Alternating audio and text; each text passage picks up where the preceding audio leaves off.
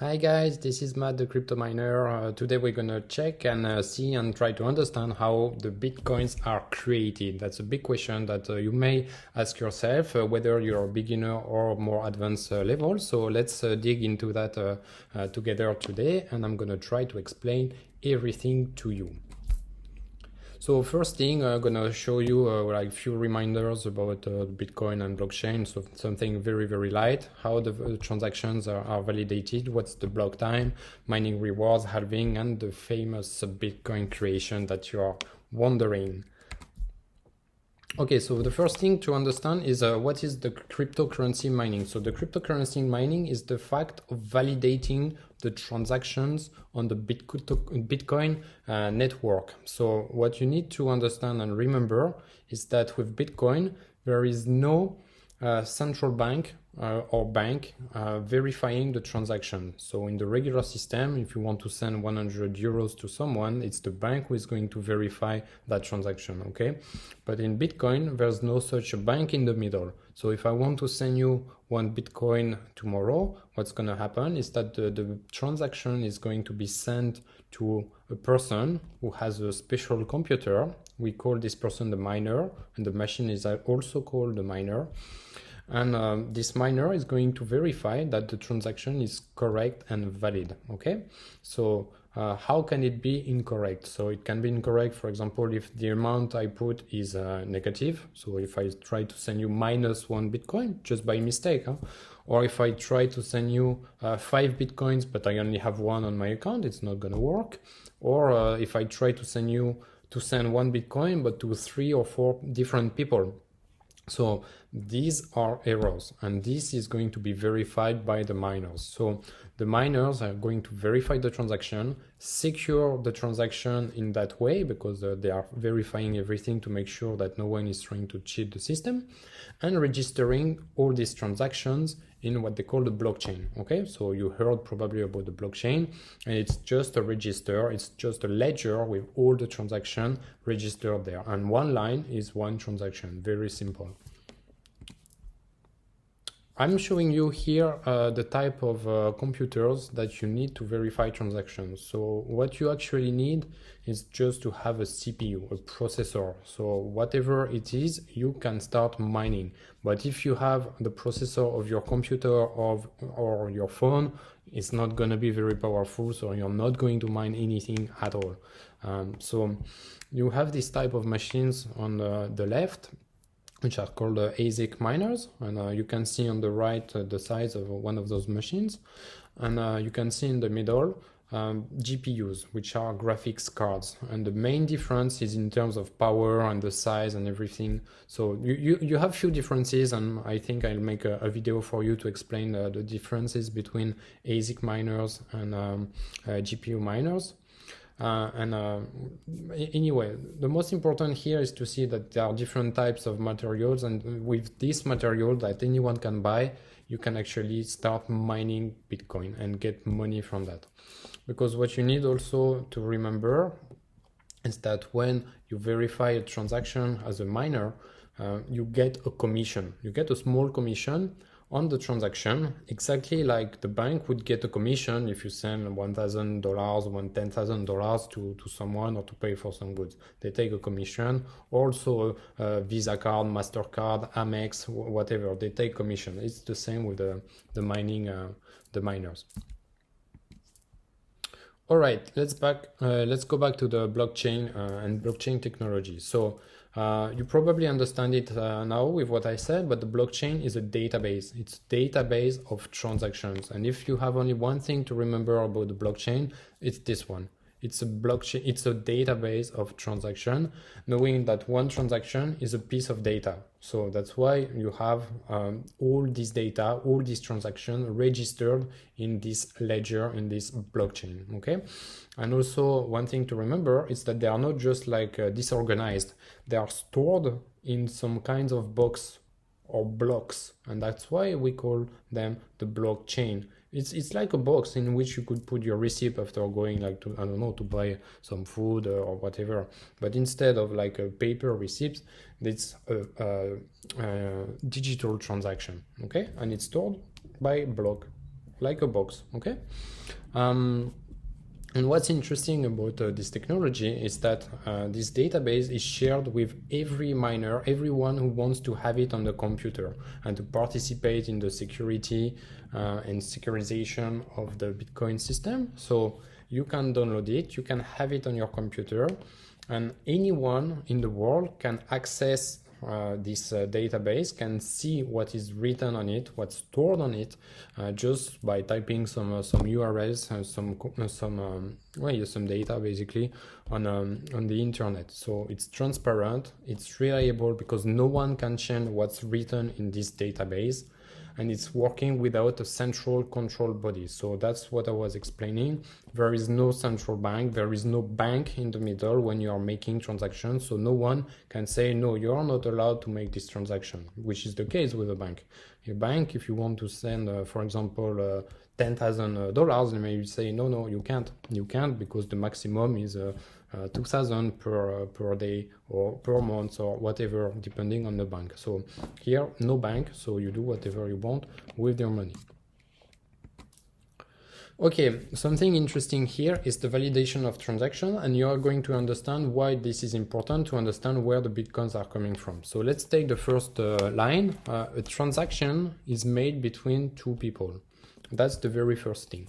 I'm sending you 1 Bitcoin, that's the transaction between two people, that's clear. So when I press 1 Bitcoin in my system, I click send to you, that's the transaction. The transaction is made, okay? The transaction is made, the transaction is broadcast onto the network, okay? Now what's happening? We are point number 3. The transaction is verified by the members of the network, so by the miners basically. So what can happen? That's what I was explaining before. If the transaction is valid, perfect, it's included in a block. Okay, if it's problematic, or if there's a mistake, or if the miners can see that I'm trying to cheat the system, then the transaction will be rejected. And that's what you can see on transaction number 3. It's just an example of a transaction rejected. If it's rejected, well, it's not included in a block. If it's included in a block, then the block is sent to the miners. I'm simplifying, but it's sent to the miners to verify all the transactions again, and to find the block solution. Okay, that's the point number 5, and I put some red because we're going to come back a little bit later on that point. So transaction is okay, it's included in a block with plenty of other transactions, not just one, it can be thousands of transactions. And once the solution has been found, so they are trying to find like a mathematical problems, they're trying to solve it. And when it's solved, then there is a reward which is paid to the crypto miners. Okay, so that's very important, and that's why I put it in red as well. And we are going to come back a little bit later about that. Last thing to understand is that once the block is validated, so once the solution has been found, the block is added to the list of other blocks which form the blockchain, because it's a chain of blocks and they are all linked together. And because of they are all linked together, that's also why they are not possible. It's impossible to come back on the transaction and try to modify them. It is impossible. And all these blocks together, they form a chain of blocks, which is called the blockchain. So that's how it works, and to simplify the whole process. Now let's take a practical case where I want to send 100 euros worth of Bitcoin to Mary. Okay, so I've put the name in different colors and the amounts in colors as well, so that you can follow on the screen what's going to happen. So let's take the first assumption, which is that the Bitcoin price is currently 8,888 euros. So 100 euros that I want to send corresponds to 0.01125 Bitcoins, simple division. Transaction fees, because they have to be added, 1 euro. Okay, it's just an example. It could be less, it could be more. Why can you change it? Why can it change? Because the more you agree to pay, the faster the transaction is going to be verified by the network, and the network, it's the miners. Why they are going to change that, and it's going to be faster or slower? Because when you are a miner, you can't verify all the transactions at the same time. So you need to pick which transactions you are ready to verify right now. And you are going to verify, obviously, the transactions where the fees are the most important, and the fees goes to the miners. So if you have a transaction with €1 and one transaction with €5 of fees, well, obviously as a miner, you will be willing to pick the transaction with €5 first. So in the end, the transaction will be verified, but it might take more time. Okay, let's go back to this. Total amount that I need to send to Marie, that she received €100, is the 0.01125 Bitcoin, which corresponds to €100. That's what Marie receives. Then the 0.001125 Bitcoin that goes to the miner, which makes a total spend, my spend, of 0.01136 Bitcoins, okay? And what I was explaining is that the transaction fees can be set, but only sometimes. It depends what platform you are using. If you are using a platform like a Kraken, you won't be able to change. They will take automatically the most interesting fee. Interesting means that based on how many transactions are waiting for validation, they will pick what's the best price to be validated quite fast, okay? So if you pay less, then your transaction can also be very slow to be verified. It can take 1, 2, 3, 4, 10 hours. It depends how much you're ready to pay to verify your transaction. But in the end, it will be verified. Okay, so let's go back here. Matt, so if I want to send this €100 to Marie, I need to enter this amount, 0.01125, which is the amount of Bitcoin, plus the fees in my software, okay, in my wallet. So if I'm using, for example, a ledger, I will be able to set the fees. And in other platforms, some of them, Kraken, Exodus, you won't be able to choose what is the amount of fee. That's what I was explaining.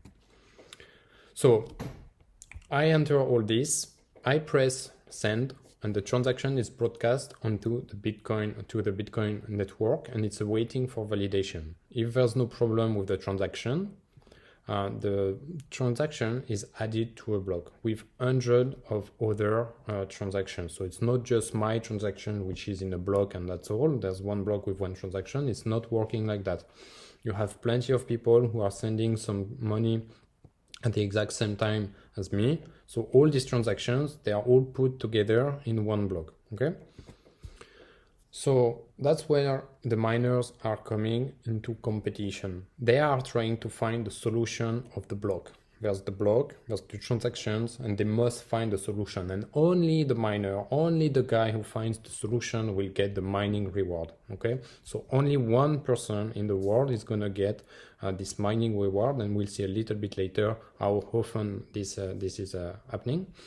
And this mining reward consists of two things. The first one is the sum of all the fees that are included into the transactions, okay, plus a reward of 50 Bitcoins. So those Bitcoins, they were not existing, and suddenly they are existing, okay? So it's not a company which is paying for them or which is making them, sending them. They are just created by the Bitcoin protocol, and they are credited into the account of the miner who finds the block solution, okay? So two types of things, the fees and the Bitcoins that are created. Now we need to understand the concept of block time. So I was telling you just before that the transactions, they are put in a block, and the miners are looking for a solution. They are trying to find the solution of the block, which is a mathematical problem to solve. And on average, the protocol of Bitcoin is saying this solution has some difficulties, not so simple to find a solution, but in any case, regardless the amount of power you try to put to find this solution, it will take on average 10 minutes, okay?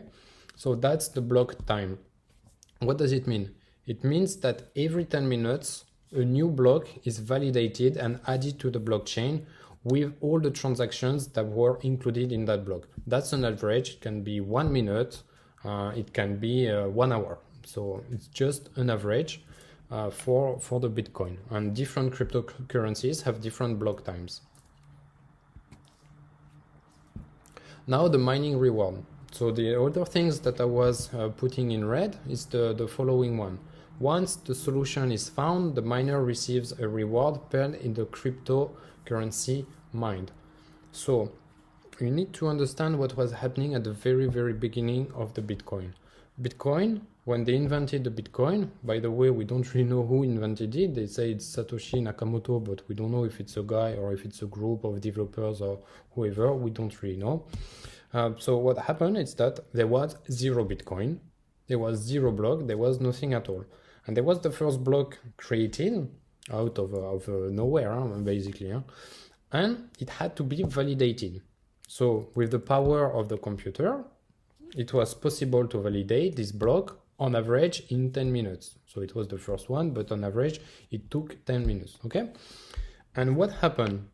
Then there were 50 Bitcoins created at that time. Once the first block, which they call the Genesis block, when this block was created, 50 Bitcoins were created at the same time. And normally you also have the transaction fees from all the transactions that I was telling you, but obviously there was nobody on the Bitcoin network at that time, so there was no transaction in the block. It was an empty block. So first block, 50 Bitcoin rewarded to the creator of Bitcoin. Then 10 minutes later, second block, third block, fourth, etc., etc. So you had 0 Bitcoin, then 50, then 100, then 150, then 200, etc., etc.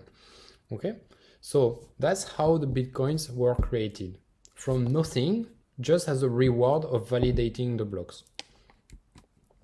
Now something important to understand is the notion of halving. So a halving is the halving of mining rewards every 210,000 blocks, which is about every 4 years. If you take 10 minutes per block on average, you multiply by 2,100,000, then you will have about 4 years. So it may vary because because it's just an average. Okay. Anyway, that's not what's important here. What's important is that the reward is divided by 2 every 4 years, more or less. So originally you had 50 Bitcoins created, 0, 50, 100, etc.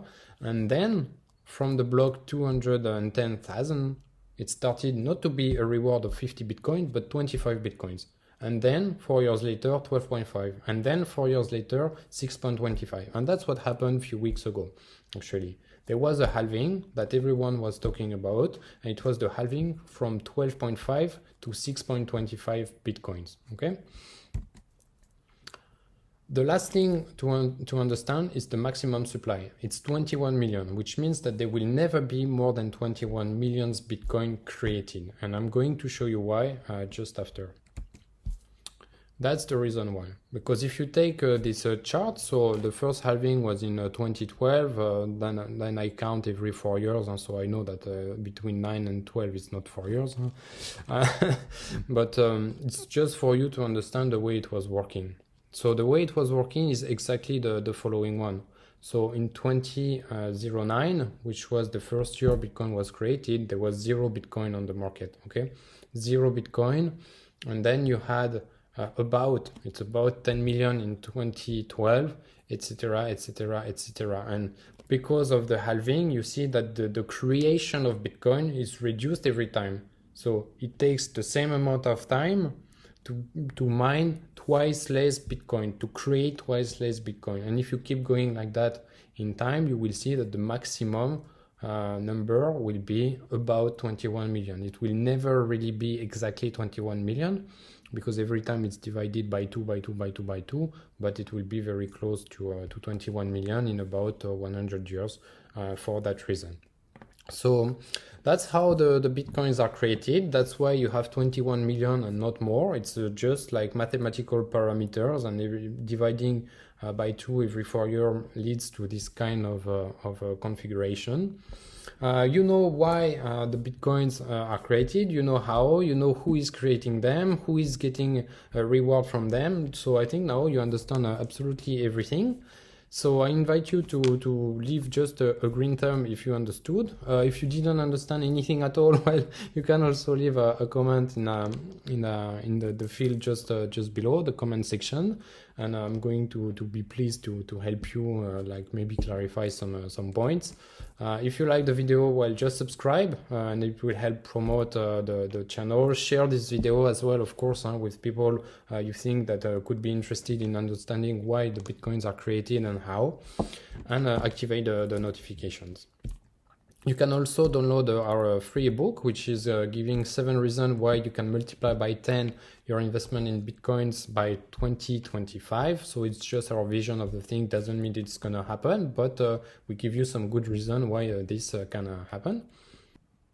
And finally, you can contact us if you want on any social network or anything. Like if you want to start mining with us, for example, you can check on the website what we have, what's our offer, and don't hesitate also to join our Discord group where you can ask all the questions you want about cryptocurrency or about mining. This was Matt. Thank you very much for watching this video, and I'll talk to you and see you later. Bye bye.